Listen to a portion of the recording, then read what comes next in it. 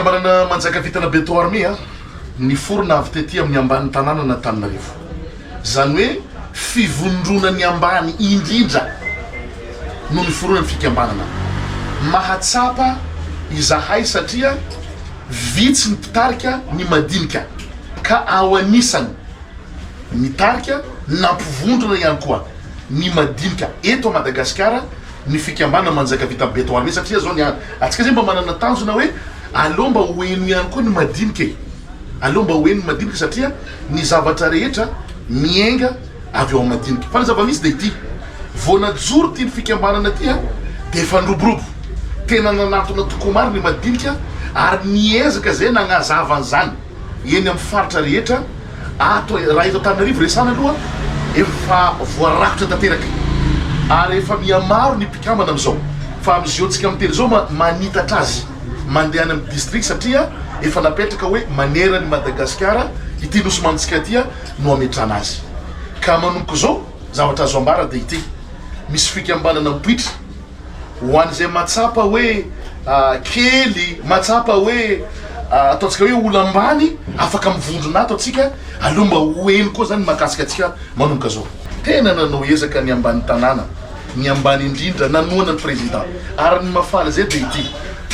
vo ny teny ny filoham-pirenena tonga dia tany amin'ny madinika izy ny anteva dia hoe aleo izy mba hiditra amin'ny asa sosialy, aleo tena mba hitodika manokana amin'ny asa sosialy indrindra amin'ny madinika. Iny tena tehaka ho anay iny satria raha misy zavatra mamparara anay dia matsiaro tena zay hoe lavitra nefa ny filoham-pirenena efa laza hoe andao fa hitodika amin'ny madinika. Iny zao efa tena isaoranay azy ary efa nanomboka izy ary antenenay fa tena hipaka tanteraka any amin'ny fiarahamonina farany ambany indrindra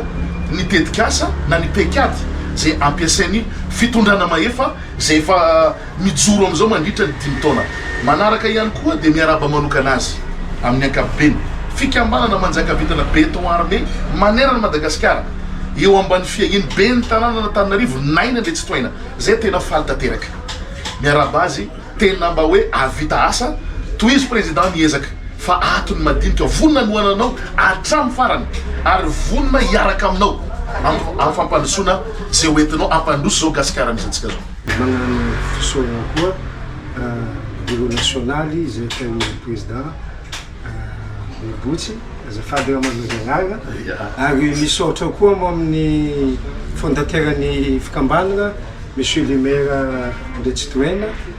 ke niafatra zao izy efa nambarany présidentsika teo PN hoe mizany madiniky ke ampiroborobo ny fikambanana ke matsapa zay agny fa mbola misy olo matsaro zay madiniky ke izana agnatony madiniky agny ke magnentana atsika Nosy Be mba hiditry ikambana izy ty tsy mialonjafy izy koa anao fa tia zay tianay